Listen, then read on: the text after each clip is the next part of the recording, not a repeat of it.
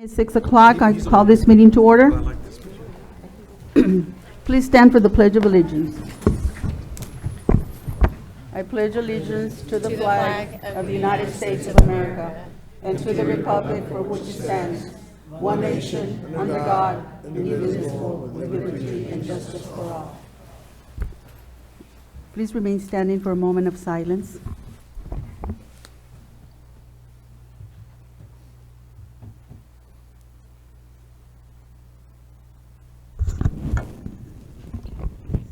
Thank you. You may be seated.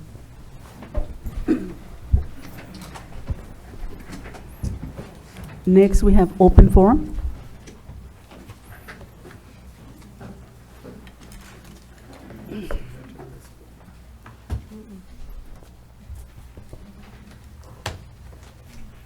We have 3 for open forum. We have Maria Lara, Ricardo Perez, and Norma Cruz. Good evening. Before we start the public comment section, I would like to read a statement for all our speakers tonight. The next item on the agenda is a public comment. Before we begin, I will remind our audience, members of the board's procedures for handling public comment. The public comment portion of our meeting is available to members of the public who wish to address an agenda item to be considered by the board on tonight's agenda or other topic.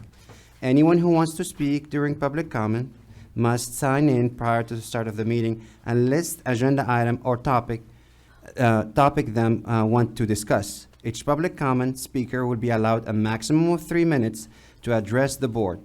However, any public testimony speaker who requires a translator will receive up to 6 minutes to address the board. The public comment portion of the meeting will allow all speakers who have signed up before the start of the meeting to address the board regarding an item on tonight's agenda. Please keep your comments or criticism civil and courteous. Please also avoid using profanity and refrain from making personal attacks on others during your opportunity to speak. Last, we ask that you do not discuss students who are not your own child. If a speaker is seeking board resolution of a specific complaint, that concern should be addressed through district grievance process.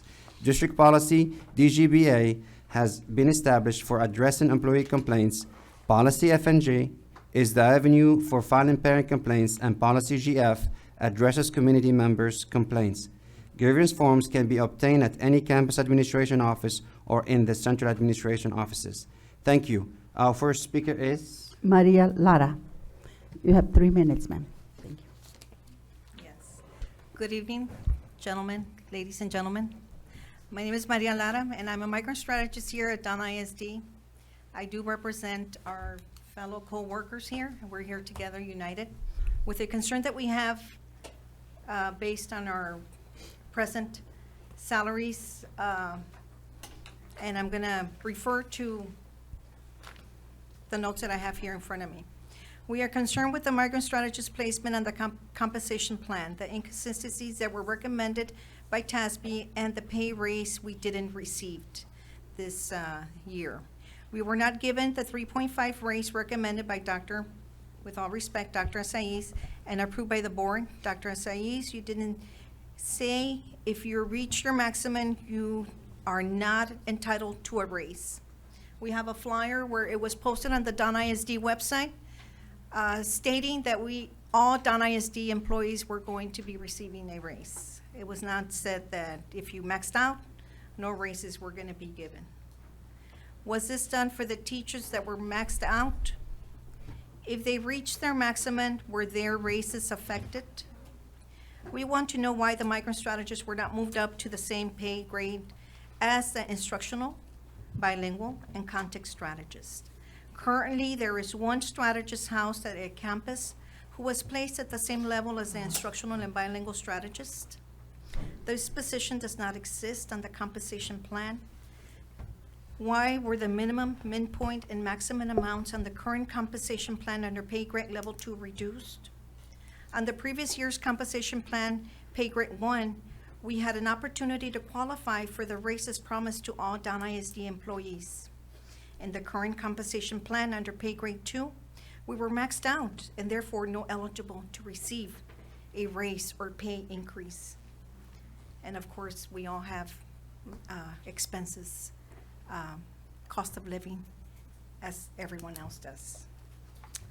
Some of the Donna ISD administrators were given several pay grade increases. They received an equity adjustment and on top of that, a raise. Some clerks were reclassified as specialists and were given several pay grade increases. Did TASB recommend this? 30 seconds. You blame this all on TASB, but TASB also made recommendations that you were overstaffed at central office and you continue to hire personnel.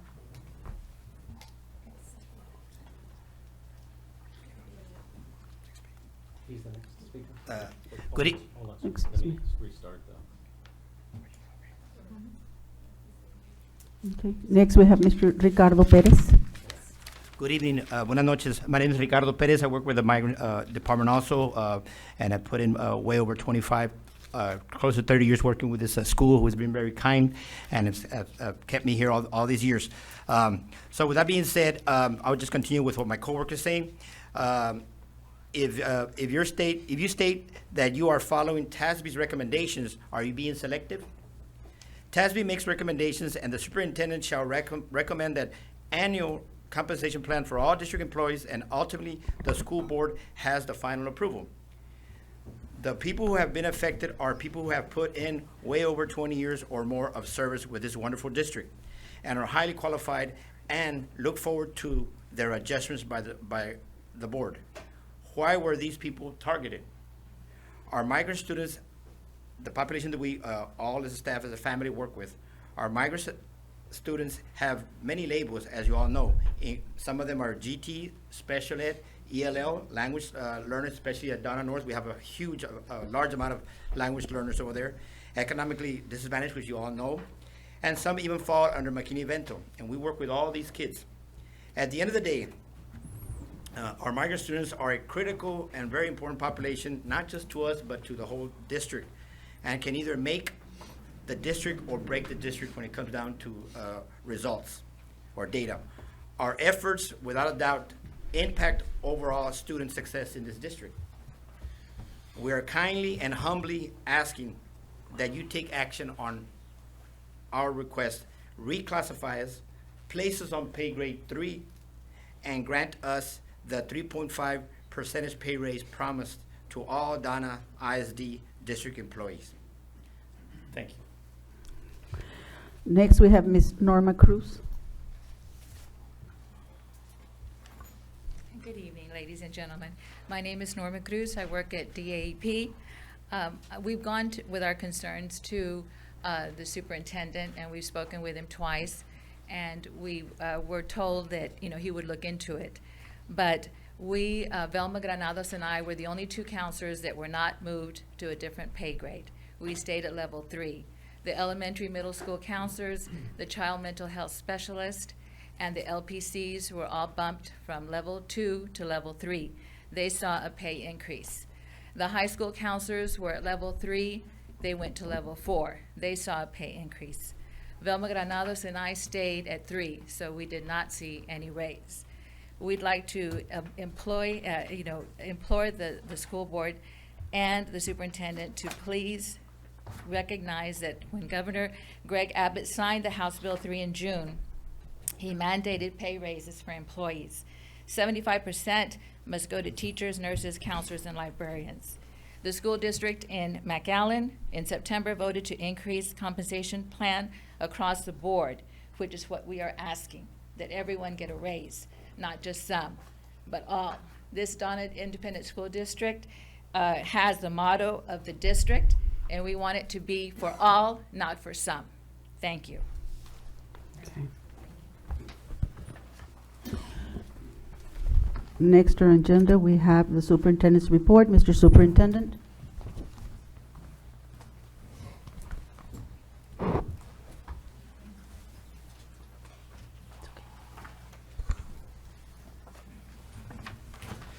Good evening, Mrs. Watts, board members, community members. We have few things that we want to highlight in our district tonight, and we're going to start by recognizing a very special person who really important for Donna High School, but also for Donna ISD. So it's my pleasure really to welcome, first of all, Dr. Castillo, who's going to help me introduce this important person, Mr. Ba. Good evening, and thank you, Dr. A. The history of alma mater for Donna High School. Recognition is to Noe Cáceres Bowles. In 1954, the Donna High School Student Council sponsored a contest amongst freshmen, sophomores, juniors, and seniors. The contest would award $50 to the group or individual that would come up with the music and words of the alma mater. At the time, no alma mater existed at Donna High School. Music had always been a part of Noe Bowles' life, as he was an all-stater, plus had also taken piano lessons. Noe decided to enter the contest and immediately began working on the tune. Upon completion of the tune, Noe realized he had no words for the tune. He recalls going to his mother's room, lying on her bed, and thinking of the words to fit this tune. When he came up with the words, he was impressed that the words fitted perfectly with the tune. He recalls thereafter asking the choir teacher to assist him in composing it to piano. In January of 1955, at the first assembly, the contestants presented their creations. When it was Noe's turn, the judges, comprised of all district music teachers, asked him to sing it for them. Noe vividly recalls how emotional it was for him as the entire student body gave him a standing ovation. The following week, Rene Escobar, student body president at the time, told Noe Bowles, "You won the contest." Surely, Noe won the contest, was awarded the $50, as his newly created alma mater was sent to Austin, Texas, to have it composed to orchestra. To this day, the alma mater that Noe, a Donna High School senior, composed in 1955, remains as the alma mater for Donna High School. We want to thank you, Mr. Bowles, for your job well done back in 1955 that continues to be a tradition at Donna High School.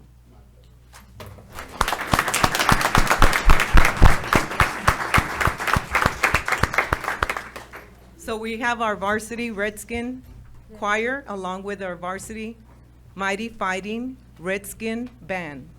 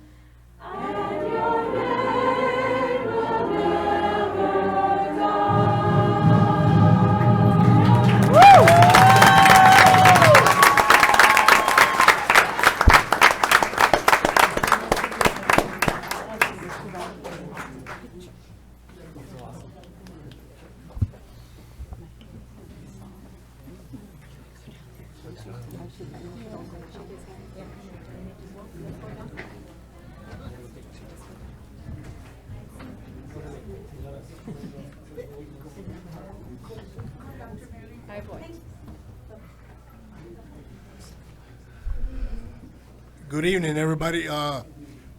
We're here to, of course, for a special honor. We want to thank Mr. Noe Bowles for his contribution to what he did for Donna ISD many years ago. And we were asked, Richard Avila and myself were asked to present him with a gift. And it's just good to be back in your hometown and this familiar building where we spent many hours way back in the 60s. And we want to thank the board and the superintendent for allowing us to do this. And it's just great to be back, and it's a great honor for Mr. Bowes because it'll be there forever, okay? So the alma mater is great. Thank you very much for coming up with it, and we appreciate it. We always remember that we went to school here, and well, okay, I don't want to go say it, but he said it. And it was great to win the state championship back in 1961, but it's not about us. It's not about us.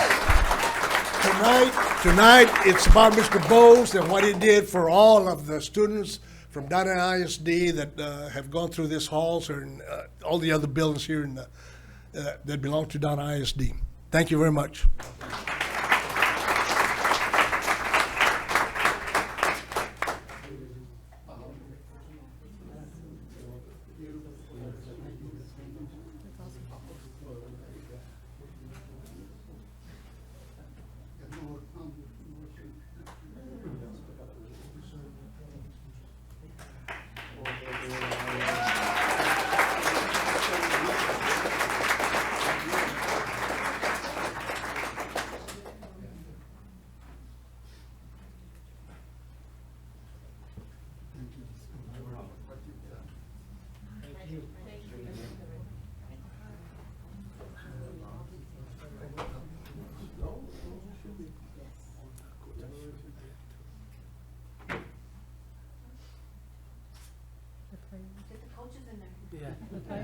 Yeah, Coach Avila and Pedraza, come and take the picture. Come.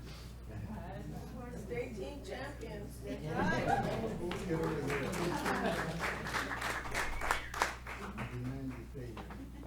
Norma, you're the one that. Come in, Miss Norma. Miss Norma, Norma, come on, Norma, come. Hello, Norma, is your idea? I'm taking pictures. It was her idea. It was her idea.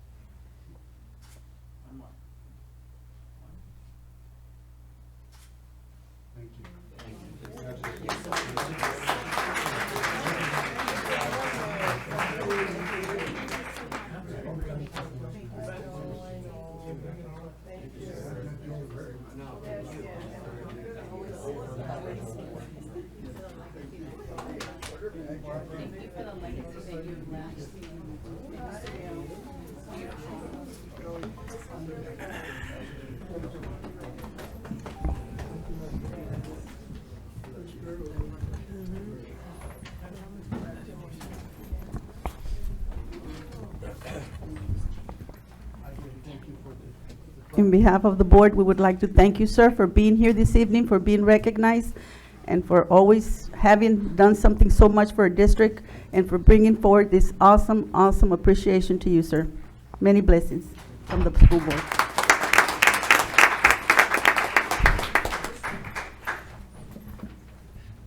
Talking about recognizing Ms. Watts and our board members, I don't know, but we have also a special guest to come from Austin, right? Made, I guess, the drive, but from TEA, Jeff is our Deputy Commissioner for Governance from TEA, so he's here. We're honored to have you, sir. Thank you, sir, for being here this evening and sharing your school. Next, as you all know, we've been engaged in Lone Star governance, and our board and our district have been doing great things, taking a lot of big steps. So the next step was for us is to develop, as you know, our board members and committee members, develop the two-way communication through maybe a video, advocacy video. So our board members took the stage, I guess, and we're able to develop this video that they'll be sharing with our community and talk about our board goals and things like that. So we have that video developed already. So it's my pleasure to share it with with you.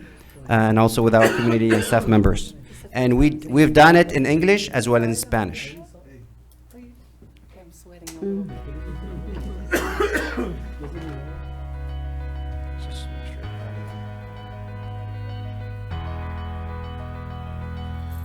Hello everyone, Donna ISD is thrilled to share with you what we are doing to reach our vision for student success.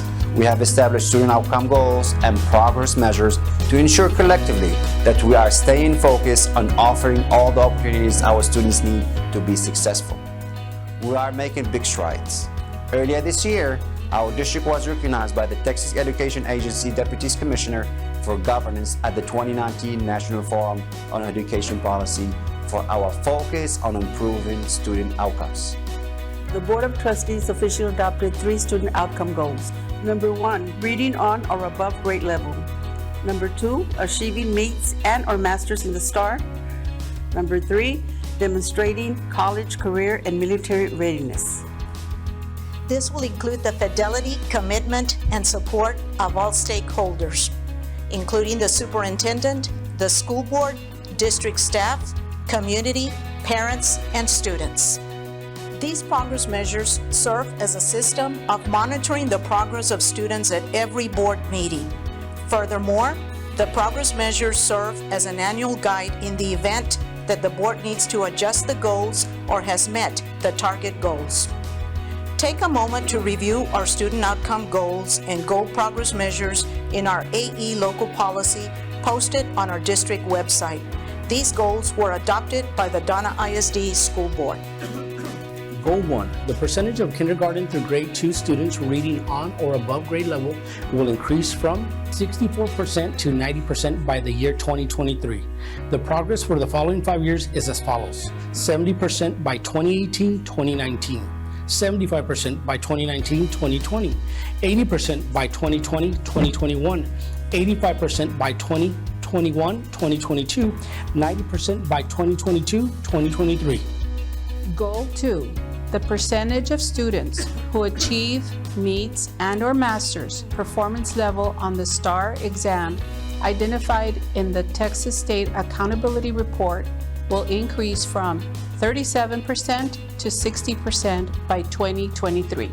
The progress for the following 5 years is as follows: 42% by 2018-2019, 47% by 2019-2020, 52% by 2020-2021, 57% by 2021-2022, and 60% by 2022 to 2023.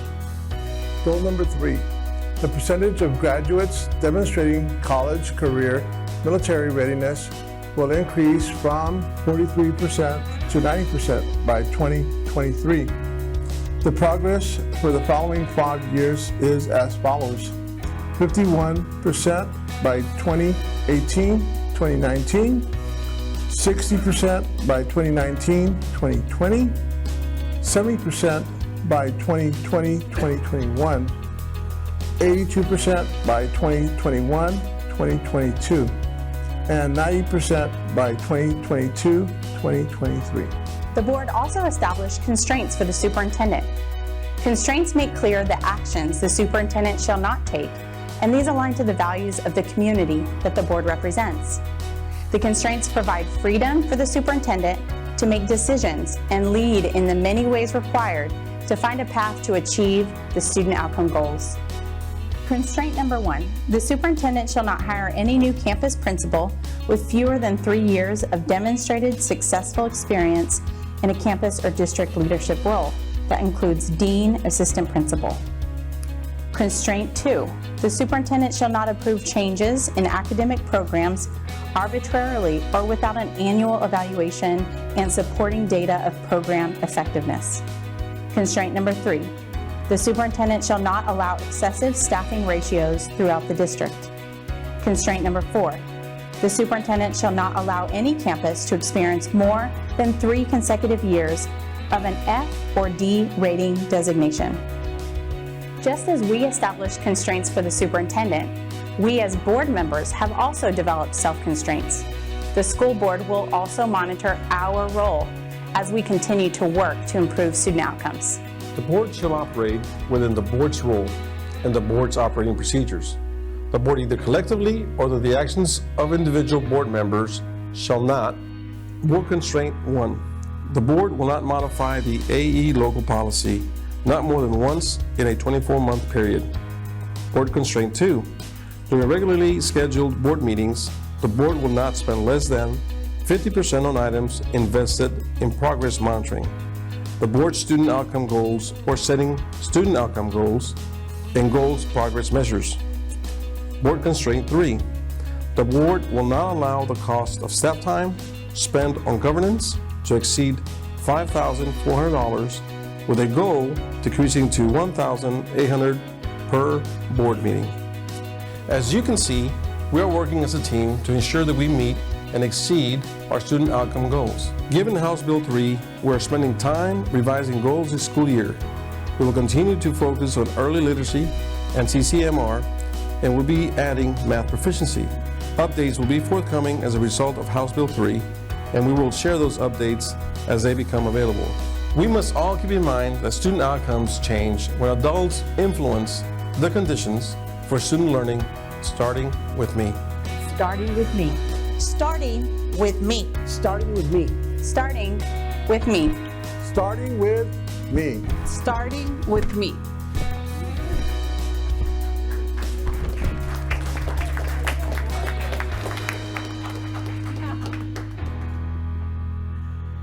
Thank you. So that's so we do have the Spanish version, but it would be another 10 minutes. I'm just kidding.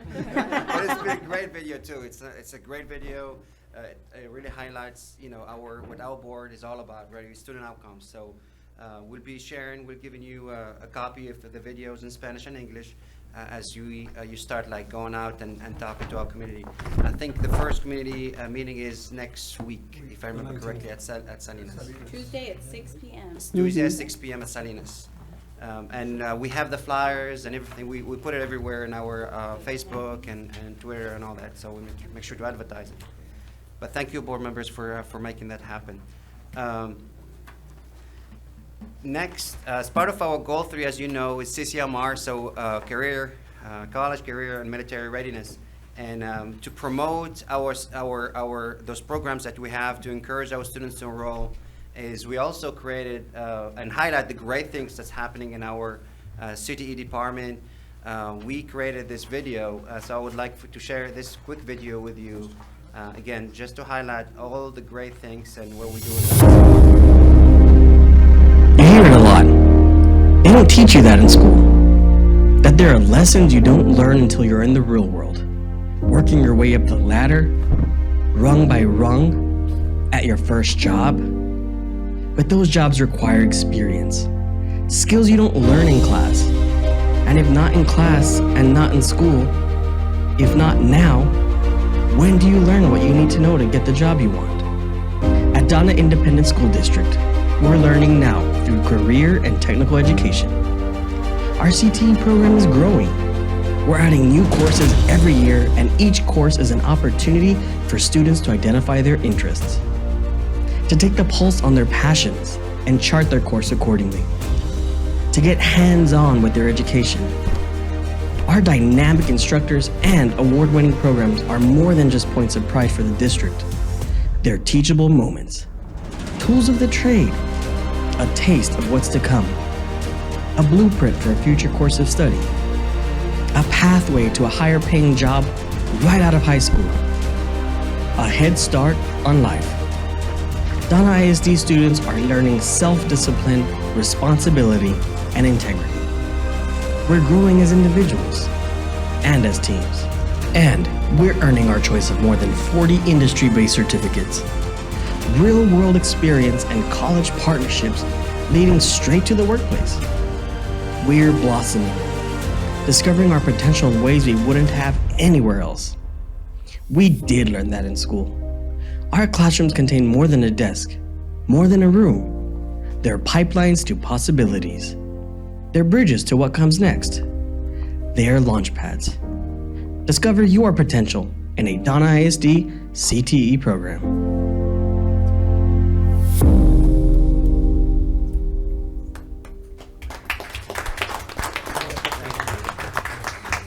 just to highlight our CTE one more time, we from the 2017-2018 school year, we had about 26, I think 24, 26. We went to 34 the last school year, and this year we have more than 40 different industry certification offered here in both of our high schools. We also, as far as certification awarded to our students, just the 2017-2018 school year, we had only about 488 students or certification awarded. This past year, we have over 700, more than 700, close to 750, if I remember the exact number. Right, Mr. Moreno? 750 or so a certification that were awarded to our students. And this year, the goal is to really even exceed that and go, 900, maybe 1,000, right? That's what we're aiming for, to get 1,000. That's the goal, is to get more of our students certification and options. And obviously, that's also, again, part of our goal 3, which is making sure that our students are college, career, or humanity ready. So I want to thank, Mr. Moreno and all our teachers and staff who are working with in that department and ensuring that our students are prepared and career, college, or military ready. So that's my presentation. Before we go to move on, one more highlight. We have been highlighting a lot of academics, we're highlighting a lot of Lone Star governance, but also we need to also highlight some of the financial things that we are doing. So I'm going to call Ms. Cancino just to help me present quick and highlight some great news about our financial status. Yep. Hi, good evening, board members, ladies and gentlemen.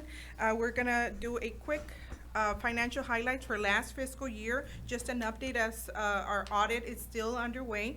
So our numbers are under review currently, and to catch you up, this is the 3rd week that our auditors are on site. We anticipate being ready for the December board meeting, if not a special board meeting, to present the audit report in December. And I know this is a little small and fussy, but you have printouts there. So this is right now, these are unaudited, but this looks like how our general fund will end. And I'm gonna point out 3 major areas. One is our revenues.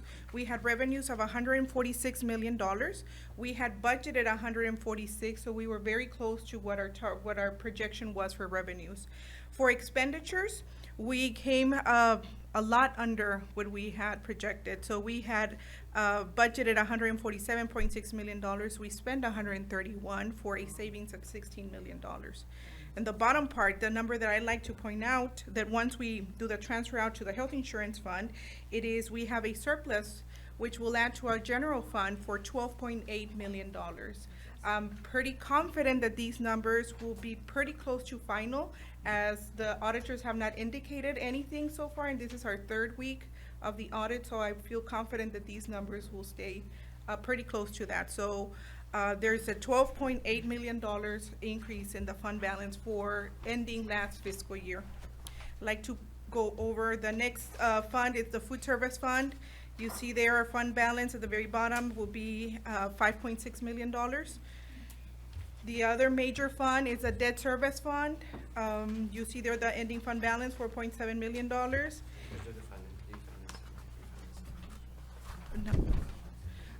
And then on the health insurance fund, this is another area that I like to point out. You see there our total revenues are at $17.5 million. Our expenditures are at $22.2 million for a deficit of $4.6 million.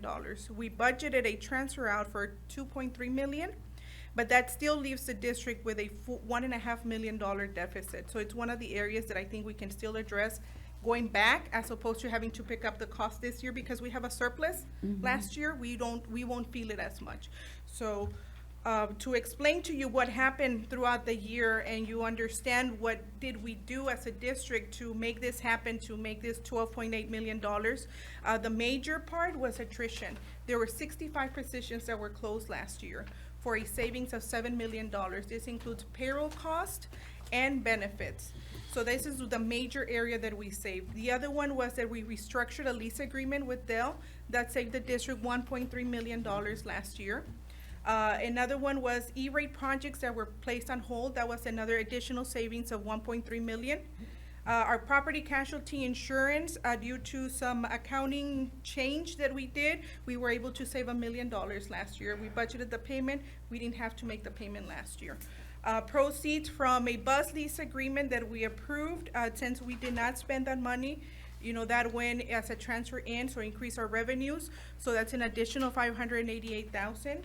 And due to other spending controls placed in place throughout the year, we cut a lot of things. We did away with a lot of things that we thought were wasteful.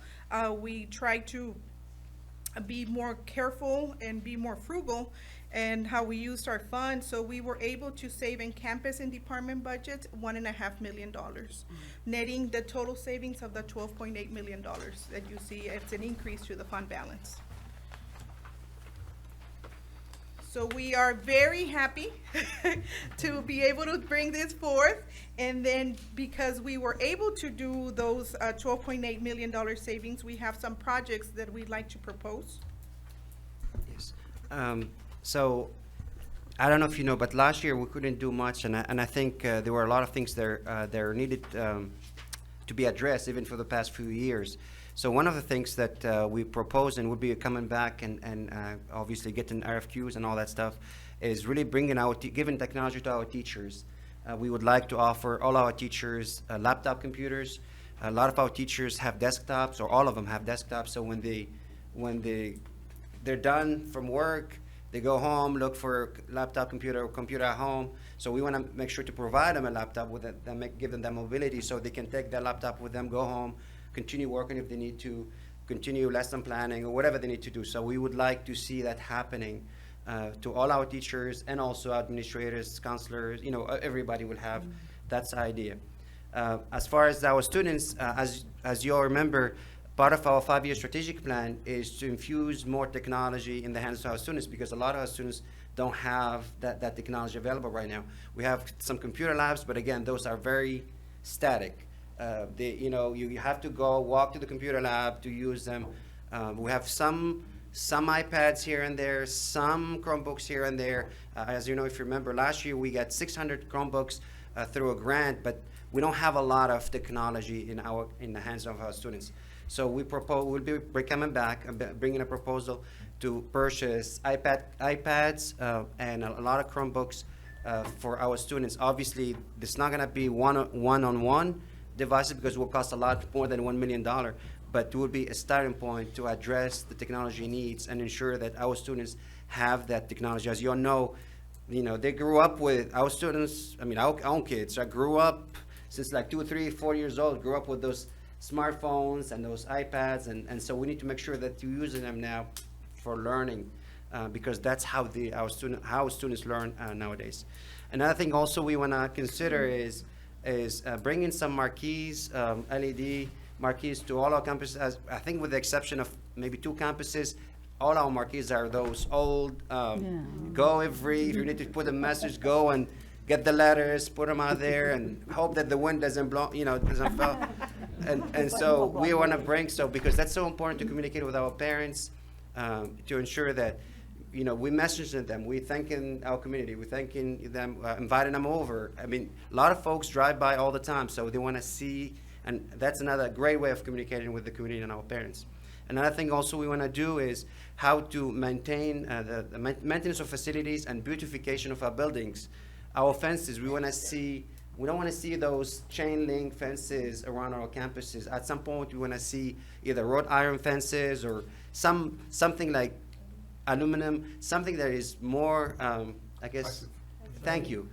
Something that, looks like a campus rather than, so we want to see things like that. We want to also upgrade our playgrounds, and there are some playgrounds actually students are not using right now because they've been out of order for a couple of years and they were not addressed. So we want to address that, but also we want to put a canopy on the top so our students can enjoy, even when there's sun or rain or whatever, they can still go outside and enjoy, playing outside. We want to also maybe put some landscape and some painting. even the stadium, we want to maybe possibility of make our stadium, again, nicer, right? More appealing, more. So we want to put all this project, but all this project, as you know, costs money. And so we are very fortunate to see that we're able this past year to really be conservative with our spending. Again, through a lot of, and it wasn't without being painful. I know we have some of our principal and our staff members here. They know attrition, how it was last year. It was tough on everybody. So I want to take the opportunity to thank them and thank all of our staff and teachers and administrators for really being flexible with us as we go through. But this is for a good cause. We're able to give the raises and then we also have money here so we can beautify our buildings and add a few things to make our schools more appealing and more friendly, right? So anyway, so you want to take it over? The total cost for the projects is $6.8 million. All these would be coming out of fund balance in two different ways. We can go back to previous year, 18-19, as our audit is not finished, and we can transfer out funds into a capital projects fund. That way it will not affect our budget. Our current budget, we won't run with that deficit. So what I'm proposing is that for this 18-19 school year that we still haven't closed our financials, that we transfer out $4.8 million, which is for capital projects. It would be for all the $800,000 for the marquees and for the maintenance of all facilities. This will not have an effect on our 19-20 budget. Okay, so the only part that will is the $2 million for technology. So this is what we are proposing, or this is what our fund balance would look like. We start with a fund balance in 18-19 of $44.48 million. We add $12.8 million to bring our fund balance, ending fund balance at 57.2. We are proposing a transfer out for health insurance for an additional $2 million, and this is to address this number right here. The $1.4 million deficit that we ended up with is to address that partially because we have a surplus. I think we should do it going back 18-19 as opposed to starting with a deficit this year. So I'm proposing a $2 million transfer out, and that will leave me a cushion of $500,000 as a starting fund balance for 19-20 school year. So that's the $2 million here for health insurance, and then the transfer out for capital projects fund at $4.8 million. So that will leave my 18-19 ending fund balance still at $50,487,000, which is well above the 3 months recommended fund balance which is $39 million. Just a reminder that we approved last board meeting, we approved the facility assessment. So the facility assessment, we talked with them, and they will be coming out, TASB will be coming out and starting that. But as you know, that takes, will take a few months before they can get the report back to us with some recommendation. So having a healthy, very healthy balance, can be very helpful when they come back. And, and so if it's always good to have where to, you know what I mean? Like something happens, we have the money, we can go back and do it. And if we need to go for a bond or something like this also, that would be another option. But at least we have something that could be addressed right away without waiting on a bond. Just to clarify, these all would be one-time expenses. So these are not like a pay increase that we may not be able to sustain going forward out of fund balance. So these are all one-time expenses. We pull it out, and right now we anticipate just doing this part. If there's additional needs after the facility assessment is done, then we can address it because we'll still have a very healthy fund balance even after that. So, thank you. Any questions? So those are financial highlights. Good job, ma'am. Thank you, thank you. Thank you. Very well done. All right, moving on. The next part will be after our highlights. We'll move into our November LSG monitoring report, goal 1. And real quick. And all our board members, you should have a copy. I just want to highlight. Well, I guess let me talk about this. So.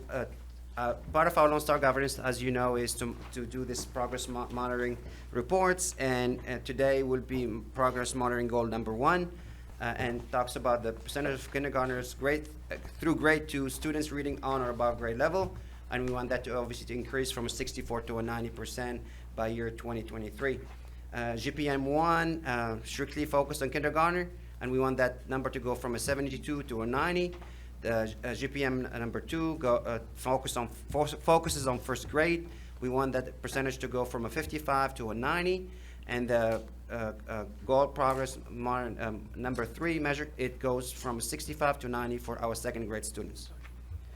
Now, the numbers I have, it does say November report because we're presenting on November, but it really was, this data was taken in October, so about a month. Our students been in school for about a month after the summer break. So I just want to clarify, it didn't just happen this month, it was last month data. So overall, the percentage of kindergartner through grade 2nd reading on or above grade level, we want that to increase from a 64 to a 90. Our goal for this year is a 75%. This is really somehow is like a BOI, or beginning of the year, if you will, goal, assessment. So at the beginning of the year, overall, we have 52% of our students who are reading on or above grade level. Our goal, again, by the end of the year is to be at 75%. That's the goal number 1. Last year, we finished up the year at 65%. When we go and break it down by grade level, GPM 1.1, we see that 53% of our students, our kindergarten students, these are the students who just, if they were with us pre-K, they had pre-K with us. If not, they are new to us. This is their first year with us. So 53% of them were or are reading on grade level. The goal is to be at 80%. So we have some way to go here, but I'm confident again that with the work of our teachers and administrators, we will achieve that. First grade reading on or above grade level, 47% of our students were or are reading on grade level based on last month. We want to be at 70% by the end of the year. And GPM 1.3, 56% of our second graders were reading on a grade level back in last month, and we want to end the year at 75%. We have, as you know, we have a long way to go, but again, I think the system we put in place, and I will have, I'll ask Mr. Rana and also Ms. Vela to just talk about a couple of things that we are doing to ensure that we reach our goal. But what we're doing is celebrate and recognize grade level per campus that meet their EOY goals, and we're going to continue monitoring reading on grade level percentage per campus per grade. We want to provide data to campus administration. We want to continue providing coaches and strategists a detailed file with reading level per student so they can differentiate and work to ensure that students are gaining or there's gain. We want to continue also providing support to teacher on the immersion and our development reader guided reading protocol, steps, checklist, and Cohen system. Let's see. Anything you want to add, Mr. Rana or Ms. Vela? Yeah, the cool thing is happening that we are tracking each students. There's the trackers are in place at the campus, and they track every student. So in the beginning of the last year, the end of the years, wherever they left the district, and then we are adding the year growth. And then when they came back in the month of September, we gave them the test, and that's where we wanna go 1 year gain when they left in the month of May. So each student is being tracked by campus, by teachers, and they have their goals already. The trackers are in place district-wide. Every campus, they're tracking their students, kindergarten, first grade, second grade, third grade. They're tracking each student's their goal as they go. As you remember, this goal was developed in October, I think approved October last year, October, November of last year. So this new concept of like really looking at and monitoring and also holding our teachers accountable for students reading on grade level at the lower grades. It's not a new concept, but it never was this, I guess, this deep, right? I mean, always was conversation about it, but it was, sporadic, if you will. But now we are becoming more strategic and more purposeful and, about it.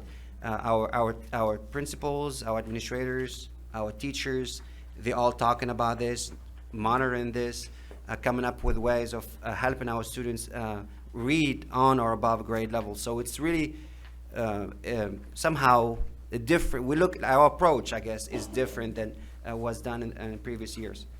I want to also add that we are developing the district-wide literacy plan. So it's already in the final stage.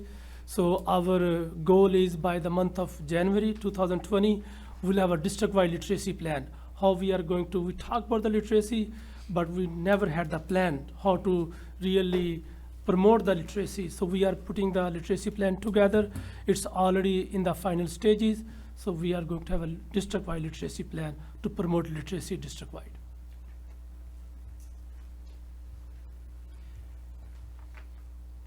As far as the constraint, the superintendent shall not hire any new campus principals with fewer than 3 years of demonstrated successful experience in campus district leadership role, like example, dean or assistant principal. The percentage of campus principal with fewer than 3 years of demonstrated successful campus district leadership will be maintained at 0% by this 2021, and we did not hire any principal with less than 3 years of experience. So we're meeting this goal. Okay. Any questions or comments about? There's one more. I'll add one more thing also. What we noticed, and I think it's across the board, we noticed that the students, not just the Donna ISD students, over the summer break, we always seen that drop, unfortunately. And I think that's part of our literacy plan, is to develop ways to ensure our students are continuing reading over the summer. But also, I know we have our deputy commissioner here. I know House Bill 3 also provided some more funding, up to 30 days, to have maybe the students engage in school. That way, maybe there is we don't interrupt their learning, or at least the interruption is shorter. In other words, instead of having them out for 2.5 months, now you're only going to have them out for maybe 4 weeks or a month. So that way, we don't see that decline, because that's really what's happening. Is that over the summer, if the students are not reading, if they're not learning, if they're engaged in just fun all day, they forget. And so when they come back again, it's getting all our teachers and staff working even harder to bring it back up to speed where they left this past year, so the last year. So I think looking at that, the possibility of being funded for 30 days, and looking at the literacy plan that we're creating to see how we can engage our students over the summer, and to keep them reading, keep them learning. I think that will really tremendously also help in the long run with these percentages. Anything else? Need a motion? Well, before Ms. I have a Watts, I'd question. like to make a, I have a question. yeah, I have some questions as well. Go ahead, go ahead. go ahead, Colonel. Go ahead, sir. Now, going back to the evaluation, or at least for the, as you call it, we talk about strategic and resourcefulness with the teachers. So as I look at this over the last course of a year and a half that we've been developing our teachers, and now that we have a strategic plan in place for them, and the resources or the tools that they need, are we putting a lot more emphasis on the process? Or when I say process, I'm talking about process to the student. And if we're putting a lot more pressure on a teacher than we should because we're asking for more data than we should, or are we on point for when we do the train the trainer concept, when we send a teacher to get it, or a strategist to get trained, and then come back to help our schools that need the support, especially those that are failing, for example. They're not doing well in the reading part. So I know we've asked for some information here on the board in the past, and I don't want to be that person's asking for data when we're affecting a teacher's ability to teach. And if we're doing that, then obviously we need to make sure that we, as a board, gets the call from the superintendent and says, this is what we need maybe to readjust somewhere where we're not asking you to provide something that affects the teacher's ability to teach. Because if we're doing that, then we're not providing the right resource or the right tools for that teacher. That's one. Because it takes a dip, obviously, every summer, and we've noticed that from this past summer. So I just want to make sure that, when we're asking as board members, that we're not beating you guys, and when I'm talking about you guys, we're asking the question to your level. You know, what are you providing to the teacher and not what the teacher is providing to you? Does that make sense? Because we want to make sure that we are doing the right things, the right metrics are being processed, that's all. Okay. Ms. Valdez. Yeah, Dr. Azzi, what I was looking at when we looked at the data, I am seeing that kinder is performing better this year than they were last year at this time. First grade, however, is a little, like 3 percentage points lower than they were in comparison to last year at this time. Second grade appears pretty much at the same level. But what I do want to definitely highlight is that y'all provided us the reading levels all the way through third grade. And when I looked at the students that are tested in English, the students that are tested in Spanish, and the students that are in the dual language, I noticed that in second and third grade, the students that are in the dual language are widening that gap. In other words, they're outperforming the students that are tested in Spanish and in English. So the biliteracy is being very, very effective in second and third grade. I'm seeing a gap already where they're like, because if you look at kinder and first, they're like 1 or 2 points away from each other. But when you look at second and third, you're already seeing the gap of the biliterate students outperforming the others. So that's a very positive, very, very positive trend that we're seeing there. And in my add, Dr. Valdez, I mean to cut you off, but you mentioned a good point. You mentioned kindergartners are higher, right?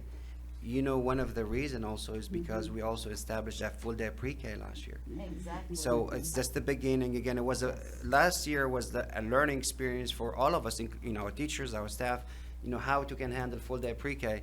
But I've already seen the fruit of it. Like we already seen our students doing a little bit better, right? I mean, I have our principals here, because I heard it even from our teachers saying, you know, they're better prepared, because there are some, unfortunately, because of mobility and because whatever reason, not every student we have in kindergarten was in a full day pre-K last year, because maybe they moved in from another district, another state, or maybe the parent decided to keep them at home, I don't know.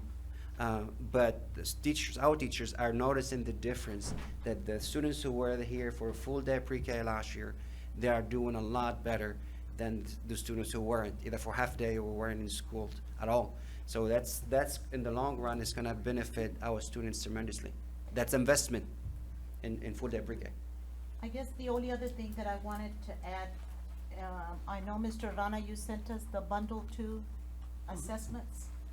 I don't know what y'all are doing in English 1 and English 2, but I saw significant gains from last year in English 1, English 2 at both high schools. So I don't know what's being done differently. Well, we wanna celebrate. Well, hopefully we're gonna continue the trend. We wanna see that in the AOC scores, hopefully. English 1 and English 2. Yeah. But in math, it was a little bit the Dip. opposite for the limited English proficient students. I did see them struggle a little bit more in third, fourth, sixth, seventh, eighth grade.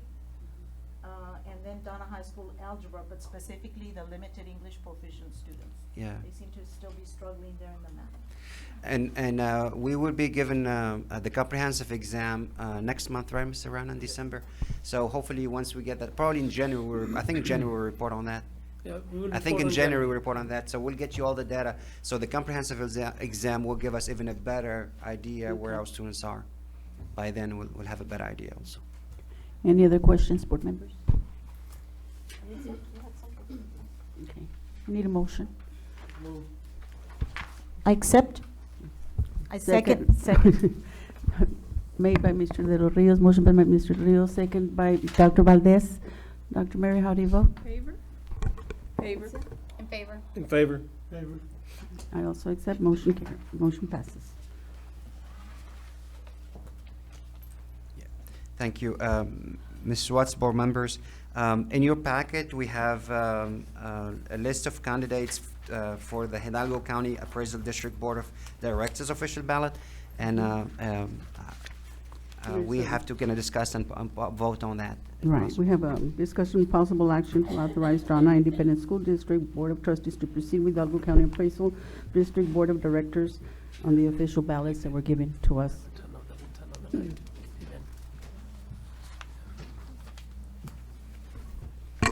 I make the motion to, for Colonel Pettis, to recommend Colonel Pettis. Motion made by Dr. Valdez.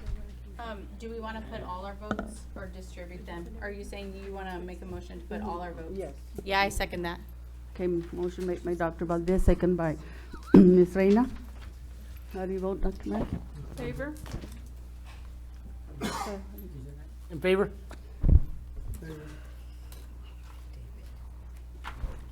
I abstain. And I vote in favor, motion passes. Getting all of our votes.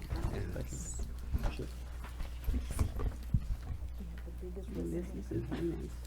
That one. Yes. Under Business and Finance, Mrs. Watts, board members, we're gonna discuss the purchase of a mobile modular building at Donna North High School. I don't know if you know, but we do have this this building. It's been in existence for the past, Mr. Angel, 5-6 years? 5 years. When this building was added to Donna North, because after the building was built and the capacity exceeded, the number of students exceeded the building capacity, this building was brought to Donna North. However, it was brought not until like lease to purchase or have a long-term plan. Was brought to the district, and the district has been paying and leasing, pretty much paying kind of like a rent every year.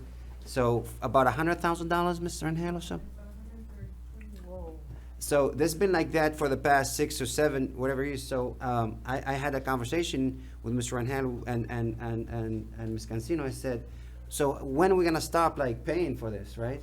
Is there a way? Usually you lease to purchase. That's the very common thing. Or you come up with a long-term plan. Like you see, here's money, like we did at Todd, $4 million or $5 million, you build a wing. But it was no long-term plan. So I said, let's talk with this company, at least to stop the bleeding. We don't have to keep paying for nothing. And so we had this conversation with them, and they came up with a number. And so what we propose in here, or our recommendation is to purchase these buildings once and for all. That way we don't have to keep paying this $100 and some $1,000 every year. That's really what we're proposing. Okay. I need a motion. I make the motion to approve. I second. Motion made by Dr. Valdez, second by David De Los Rios. Favor? In favor? In favor. I vote in favor, motion passes. Next on the agenda, we have consent agenda. Before. What was the final price on that? Five,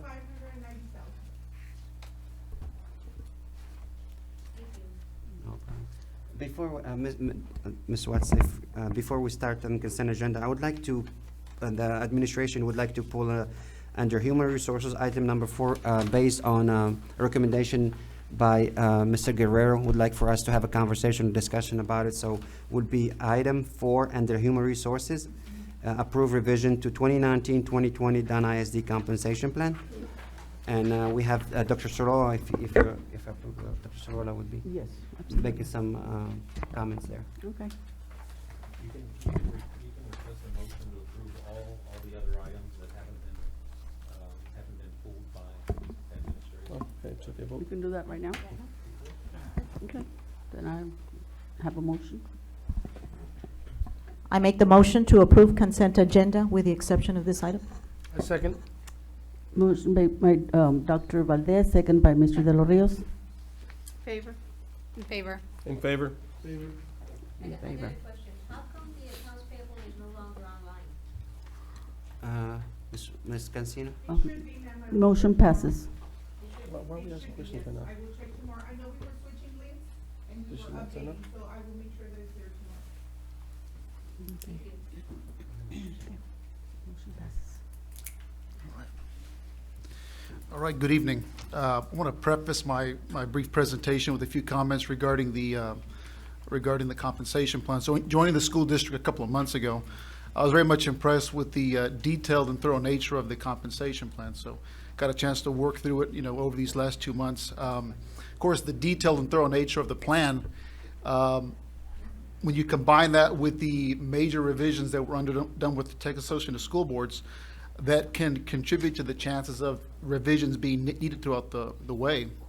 And so what I'll say is this, is that we've taken the approved plan, we've implemented it, since the beginning of the school year, and we've heard a number of stakeholders who've expressed concerns regarding placement of positions, maybe language in the compensation plan. We've worked very closely with our consultant with TASB to make sure that we bring to you a well thought out, comprehensive, very well justified set of revisions or recommendations for revisions. I've given you a couple of handouts. They're there at your desk. This is the most up-to-date version of the compensation plan. Every single revision that's been made or recommended is highlighted in yellow, and there's a comment next to the revision that explains what exactly we're proposing to you. So before I walk you through the revisions, I do want to call your attention to one other handout. It's going to be a copy of DEA Legal. And you'll see there's a section that is highlighted. It discusses a really key constraint with regard to the pay increases, with regard to throughout the school year as the compensation plan is worked on. So that is a constraint that was something we considered as we looked at different positions and the possibility of reclassifying them mid-year. So you see the very first revision on page 1 is simply just a revision to the date of revision, very much clerical in nature. If I go too fast, please stop me. Going on to the next sections of the document, you'll see here on the second page, you're just going to see we've updated page numberings in the table of contents, very much clerical in nature, very just basic revisions there. Same here on these pages. We made sure that the numbering in the table of contents is exact, precise. Same here as well.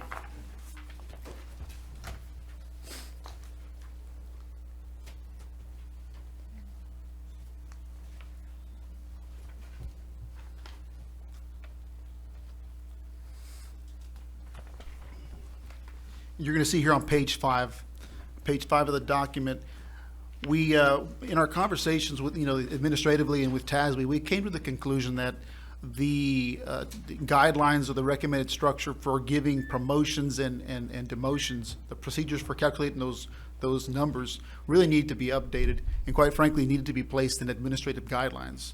And so therefore, looking at these guidelines for promotions in the administrative professional pay structure, the recommendation is to delete these and place them in administrative guidelines that are overseen by the administration.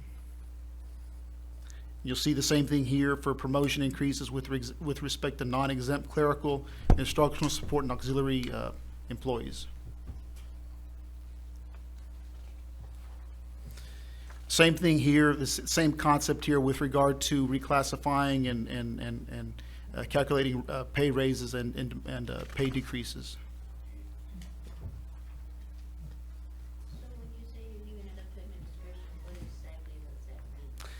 Basically what it means, and this is a recommendation, for best practice, is that as opposed to having them in a set of guidelines that are board approved, that are very much static in nature, they're placed into administrative guidelines that are basically overseen by the administration.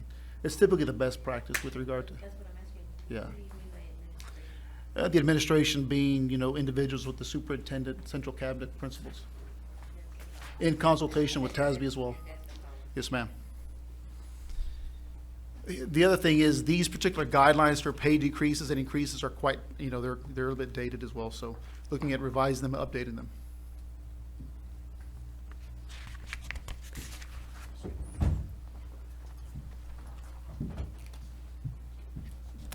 Here on page 10, this is in an effort to basically improve our competitive positioning. And so we were looking at, currently what the going rates are and how we can be more competitive with regard to auxiliary substitutes. And so the recommendation here is to increase the amount for auxiliary substitutes to $9 per hour, and with respect to bus drivers, $12 per hour. And as we know, it's very competitive with regard to those employees. This next statement, the base page 10, it refers to paid time, full-time paid leave for auxiliary employees. The recommendation here is to implement this expectation, this guideline, that employees are not to extend their time off, in addition to the time that's already granted, especially during the holiday season when staff is needed. Any questions so far? Any comments? Basically, up until this point, all the recommendations are to relocate these items into administrative guidelines. Here we get to the administrative program job groups, pay grade 1. You're going to see that the buyer position has been placed in pay grade 1. This was already approved as part of the budget.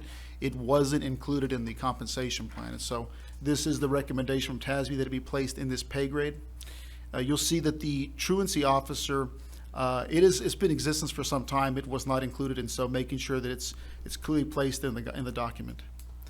With regard to the position of lead maintenance supervisor, you all know that we have a new director of maintenance for the school district, and after considerable conversation, the recommendation we bring to you is to assist with that department with regard to leadership and overall structure. We recommend the creation of this particular role. More than likely, we're going to be looking at reclassifying existing positions and something that's vacant currently, and through attrition to be able to fund this new position. Under pay grade 2, the position of child nutrition supervisor, this is simply a renaming. I believe it was called child nutrition coordinator, and is based on best practice. Coordinator doesn't capture the supervisory nature of that role, and so therefore the recommendation to change the title from coordinator to supervisor. Custodial coordinator is a position that doesn't exist any longer, and so therefore recommending deletion.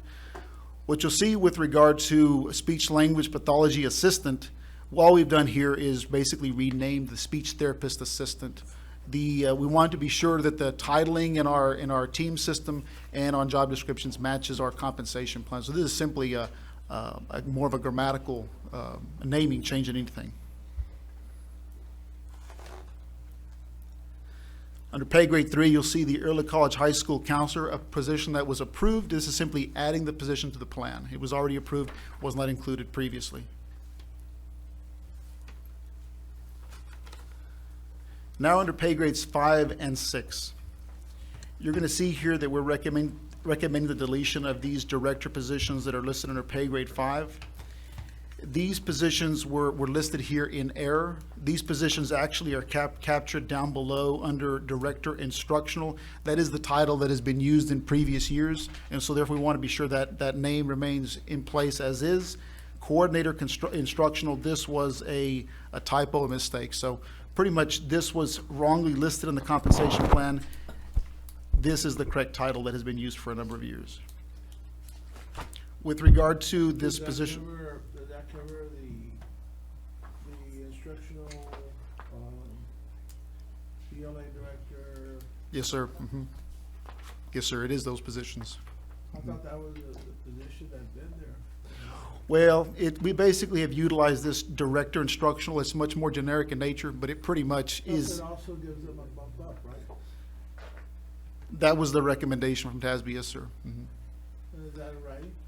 This was actually previously approved by the board. You know, previously the way it was approved, you had the positions listed here and also listed here as well. And so it was basically a misprint having them in both locations. They weren't bump up. There was no, sir.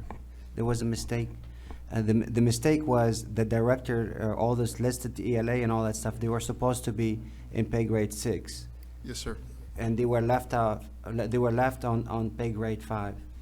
Okay, and I apologize. This is to correct an error. Yes, sir. From your clerks. Yes, sir. That didn't see what they were supposed to be doing. I'm sorry? That this is to correct an error from whoever put this plan together at the clerical level.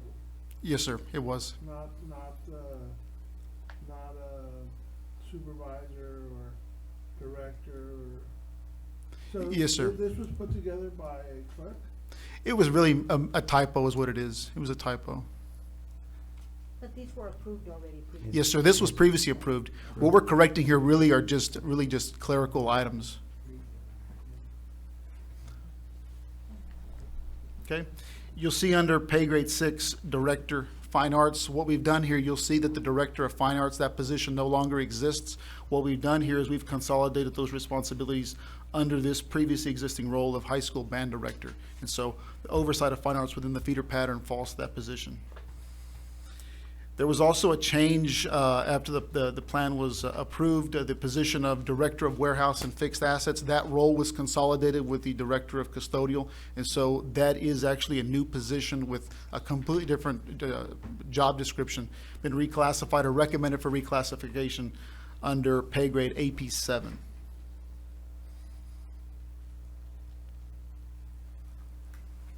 You'll see here under pay grade 7, as I mentioned previously, the Director of Fine Arts position, it has been deleted, no longer exists. We've added simply the word disciplinary here, just simply to clarify that this is principal of the DAP. And you'll see the reclassified position of Director of Custodial, Warehouse, and Fixed Assets under AP 7.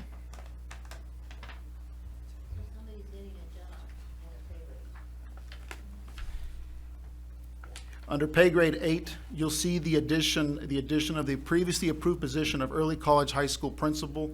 This was previously approved by the board. It was not included in the compensation plan. So back to the principal, where's that school going to be?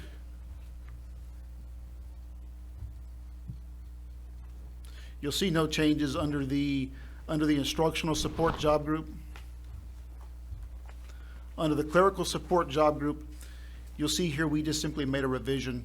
The position of liaison family engagement has been added to the plan. We wanted to make sure that was clear, that position was in this particular pay grade. The days worked is 217. We've simply added that compensation, the minimum, midpoint, and max, we've added them here to this portion. Under pay grade 3, you'll see here that these are positions that really needed to be in the plan, simply for just clarity, to be sure that everything completely aligns. Simply, they were already in existence. Production paper clerk, inventory control specialist, food production clerk, they already existed. The purchasing clerk position, this actually appears in a different pay grade. It was listed here in error. Under pay grade 4, the position of payroll clerk, it needed to be included. It was a position that already existed. So you're going to see the majority of these recommendations are really just clerical in nature, just wording is all it is. Under pay grade 5, you'll see here that the Secretary for the 21st Century Grant, the days needed to be adjusted to reflect the grant guidelines at 226 days. That's been corrected. And you'll see the position of Secretary of Human Resources. This position previously existed as Secretary of Fine Arts. That has been corrected here in the compensation plan. We've added up here the 226-day values to correlate with this position right here of Secretary of 21st Century.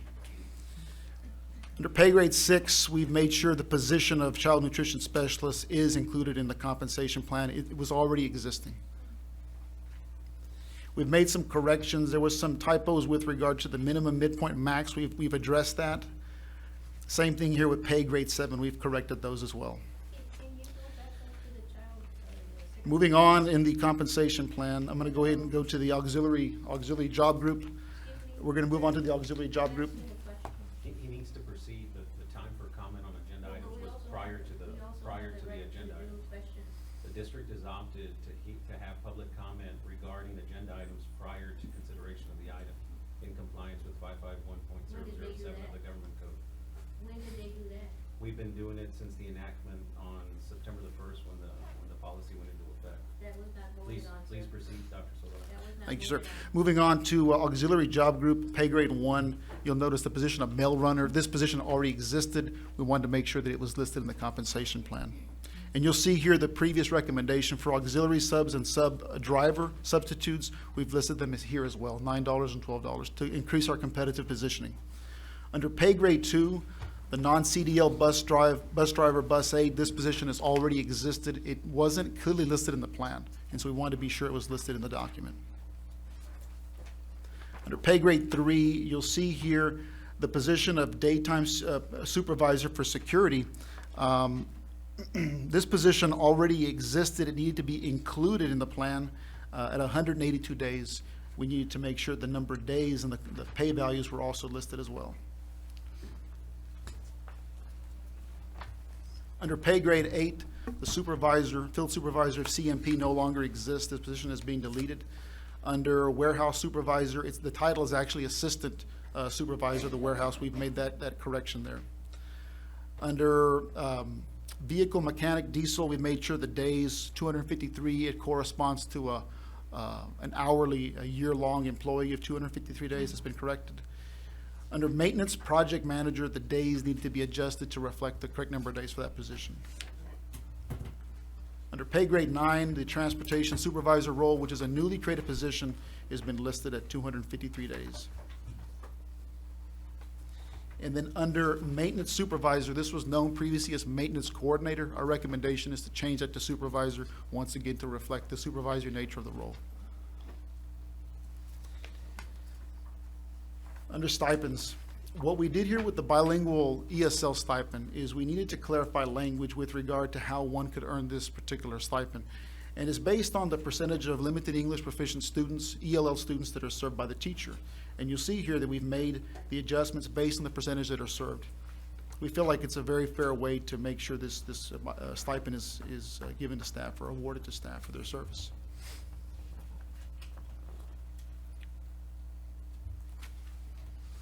Moving under special education, the stipend for diagnostician, licensed specialist in school psychology, occupational therapist, CODA, and physical therapist, these particular stipends, actually we were advised by TASB, they should be rolled into the base salary for the position. And so therefore, the recommendation is to delete that language from the plan, as it is now part of the base salary for that position.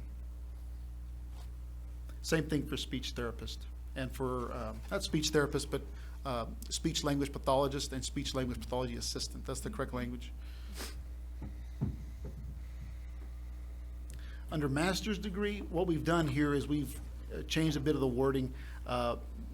Basically what it reflects is a teacher with a degree major in the area, a teacher with a master's degree with a major in the area of teaching assignment, they'll qualify for this particular stipend. And so you'll see that certain positions that are more of an administrative nature, they do not qualify for the stipend. It must be of actual content area. Under the state accountability stipend, you'll just see we've added some clarity as to when the stipend is paid out in December of each school year.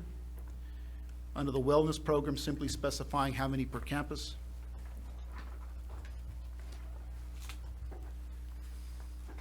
And this, once again, this is clerical, making sure that the high school allotment language has been removed from the compensation plan, because that is recommended for deletion, as that allotment really no longer exists. Under the athletic stipends, you'll see that the days that are listed here as part of these stipends, these days really are no longer relevant to the awarding of that stipend. The stipend is not calculated based on days worked. And you'll see a couple of other typos that were addressed as well with regard to whether it's a first, second, or third assignment for the coach in question. Same thing for the next page in the compensation plan. You'll see a revision that was recommended here for varsity assistant coach team individual tennis. This was corrected based on the nature of the role, based on recommendations from our athletic staff and consultation with TASB. Same thing for this other coaching role under golf.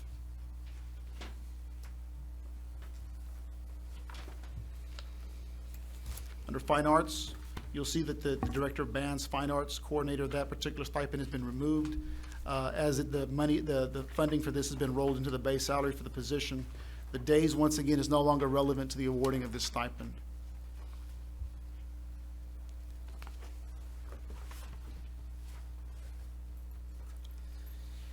Under game workers, you'll see that we pretty much have recommended that we're making the pay consistent for all levels. And so for middle school, varsity, and sub-varsity, making the pay for this particular role consistent across the board. We feel that makes it, as fair as possible. Same thing for middle school game workers, clock operator, the same concept down below here. And I believe we're at the last page. Once again, it talks about exempt new hire placement guidelines. The recommendation is to revise the guidelines, place them in administrative guidelines that are overseen by the administration. In all, we've been very thorough, as you can tell, by going through this document over the last 2 months, very, very carefully making sure that we consult with the different administrators and educators in the school district, working with TASB to be sure that we capture every inconsistency to make sure everything's flush across the board. Yes, sir. If I may just add, it's not a final thing, a product. I think, folks, it's final for this year. But as part of the TASB, contract or work we have with them, is this will be updated at an annual basis. They will update it for us, so they may always come back and say, now based on the market, your minimum or midpoint may go up, or so this will be a yearly checked by and updated by TASB. Am I correct? Absolutely right. This is meant to be a fluid document, so it's a living document constantly being worked on. Obviously, the goal is to get it 100% right the first time, but it rarely happens that way. So our goal is to work with TASB over the springtime, look at making this better for the future, making it as competitive and as fair as possible. We're always looking to revise it, but you're absolutely right. It's a living document. I just want to, I don't know, make a assessment. There seem to be quite a few errors that had to be corrected. And I'm sure there's probably more errors in here that were probably not that were overlooked. So like you said, this is a working document, and somebody's inability to do their job correctly is going to affect some of our employees. Is that correct? What I'll say to that is what the district did this past year. I mean, this compensation plan, I'm new to the district, but this is a very comprehensive, very detailed compensation plan. Never seen anything this detailed. So it's very impressive in how thorough it is. But then the fact that we partnered with TASB to really revamp our competitiveness in our system, I think that contributed to some of these oversights that you've seen. But from my experience, this is something that is pretty commonly seen. And I think our effort has been to be as careful as possible and make these revisions. So, but I hear what you're saying. Did I answer your question? Well, I think you did. I mean, there's basically what you're agreeing with my statement that there was errors and they had to be corrected. That's right. And as a result of that, I had a comment made to me by a constituent that was wanting to get a copy of our compensation plan after we approved the original one, and she called HR, and they told her, well, the plan is still being tweaked after we had already approved the plan. You know, and that's something that, you know, got my attention is, why are we tweaking a document, especially as important as a compensation plan, you know, a month or 2 months after we've already approved it? See what I mean? I think that comment was more for grammatical errors and formatting and stuff like that. I don't think it was the content per se. We all know that's illegal for us to mess with this. I mean, there's a reason why we're bringing it back, even for little tweaks like you said, and we're bringing it back because we know once it's approved by the board, we cannot change that. It's part of the budget process. We just did. I mean, if we approve it right now. No, I know, sir, but what I'm saying is, why would you tweak it without, like, in other words, we won't be tweaking it without board approval and without us bringing it back for our board to see it. So, I mean, I don't know, I mean, I don't know what count, but I know we had to, and I think Ms. Cancino, remember, was some issue with formatting, right, initially with this document. I think more like formatting more than anything. What I'd like to point out is that the changes that are being made have no monetary That's correct. impact. So they are typos. At the time, we were understaffed in the department. We did not have anyone heading the department. So it was all hands on deck, to be honest with you. It was a lot of work, and Right. there were bound to be mistakes. But none of the changes will have any monetary Yeah. impact on any of the employees.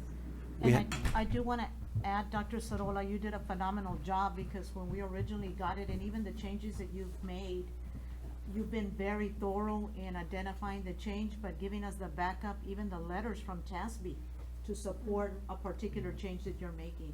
Yes, So I ma'am. do Thank want to thank you. That's been very thorough and very easy to comprehend the entire plan. Thank you. Yeah, we didn't have Ms. Ibarra, I think Ms. Ibarra, we didn't have a director for HR, we didn't have an assistant for HR. So the staff who was left in HR were clerical pretty much. So we were all trying to help to get this document. Then we were lucky to get Dr. Sorolla on board.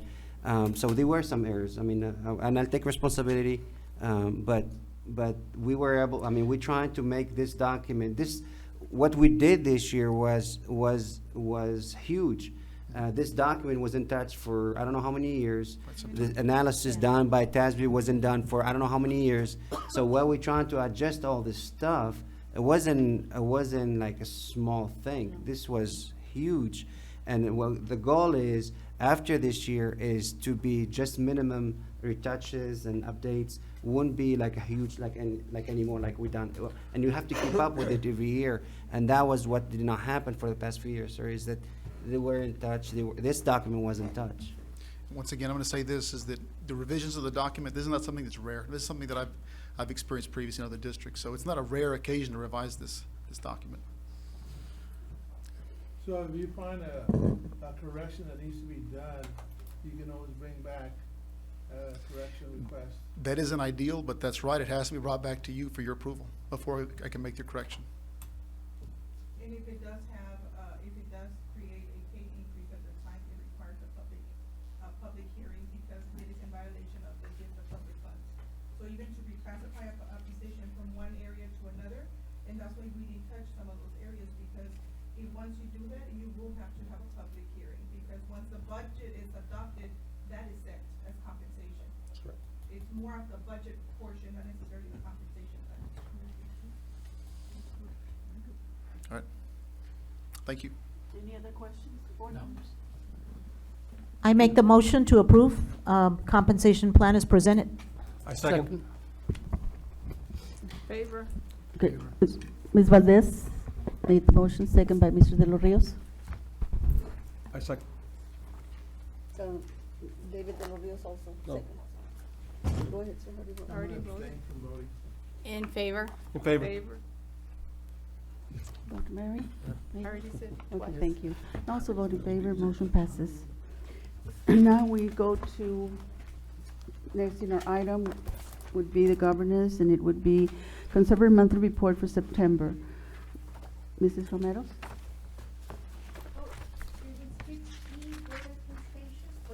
It's It's part of under our consent. consent agenda. Okay, sorry.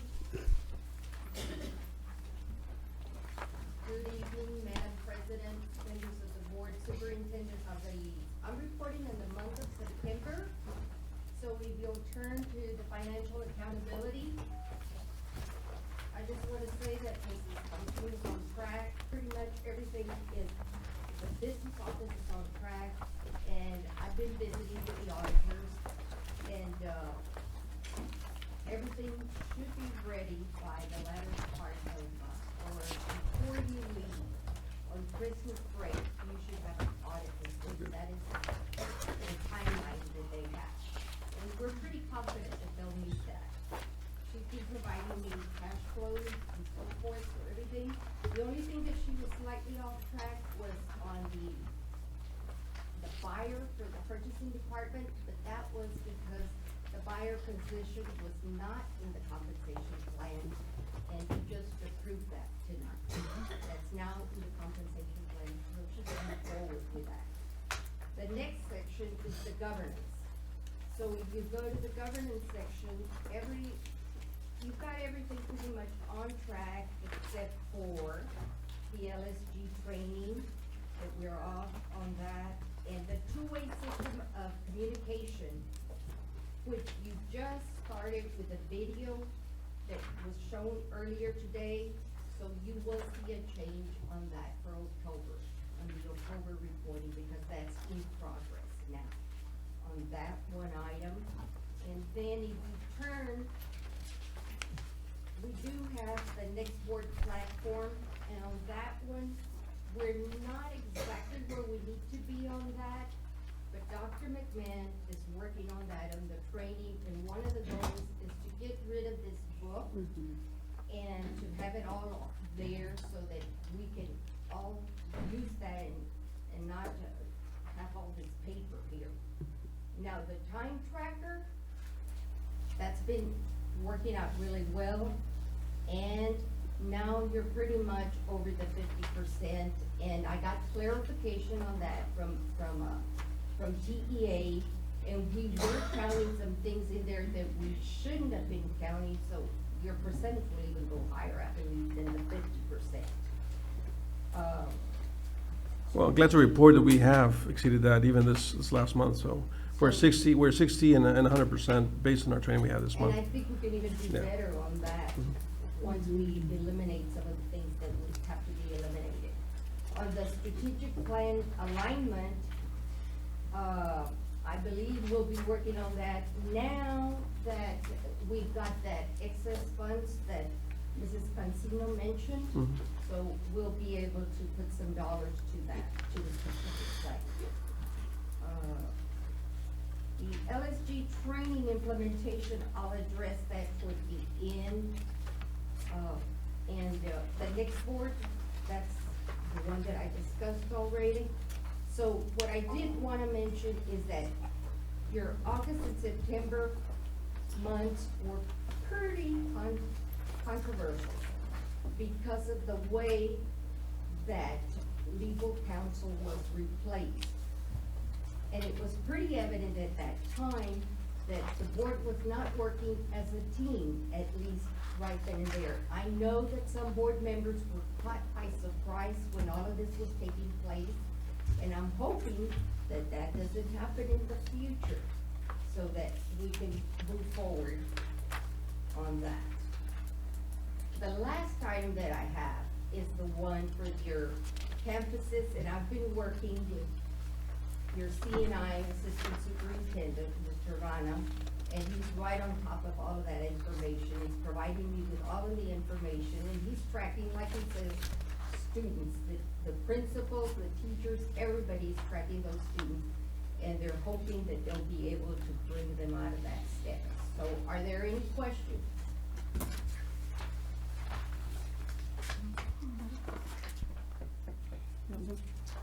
Okay. Next on the agenda is LSG Board Tracking Report, October 2019. Mr. Perez? Yeah, I think we already talked to that a little bit right now. We've already exceeded our time this last month by, shoot, I want to say 100% almost. We're 67%. We did have some discussions back and forth with Ms. Romero's on the evaluation of some things, but we've already corrected that.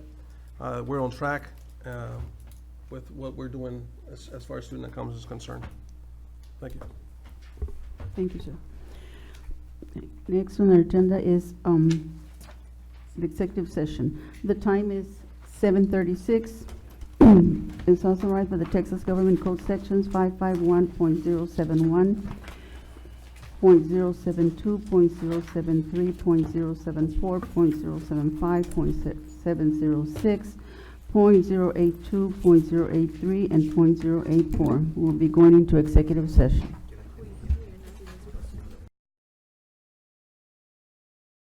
(9:29). We're back from executive session. We were going into open session to take possible actions on matter discussed in executive session. A, discussion and possible action to approve superintendent's recommendation of personnel, approval of recommendation of professionals to include hiring and termination recommendations. Need a motion. I'll make the motion to approve. Motion by Second. Motion by Mr. De Los Rios, second by Dr. Mary. Favor? In favor? Favor? Favor. In favor. Motion passes. B, discussion and possible action of level 3 grievances. Is there a motion regarding the deposition of the grievance of Mrs. Raquel Martinez? Need a motion for that. I move that the board deny the grievance and uphold the decision of the administration at level 2. I second. Motion made by Mr. Perez and second by Dr. Valdez. In favor? Favor. Favor. Mr. Bell? Against. Motion passes. Okay. How did you vote? Oh, I'm sorry. I also voted in favor.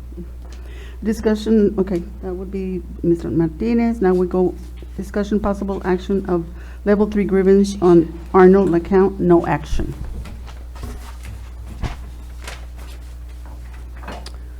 Next one, we have discussion and possible action on superintendent's contract. Do I have a motion to approve and revise the superintendent's compensation as discussed in closed session? I need a motion. So move. I second. Motion made by Mr. De Los Rios, second by Mr. Perez. Favor. Favor? In favor? In favor. In favor. Motion passes. Discussion and possible action to approve pending or completed litigation, settlement matters, and/or matters where the professional duty under state board requires private consultation with the school attorney. No action. Next, we need a motion to adjourn. So move. Second. In favor? Mr. De Los Favor. Rios, motion, second by Dr. Valdez. In I favor. also vote in Who favor. was that? Motion passes. Meeting adjourned at 9:32. Isn't that next week?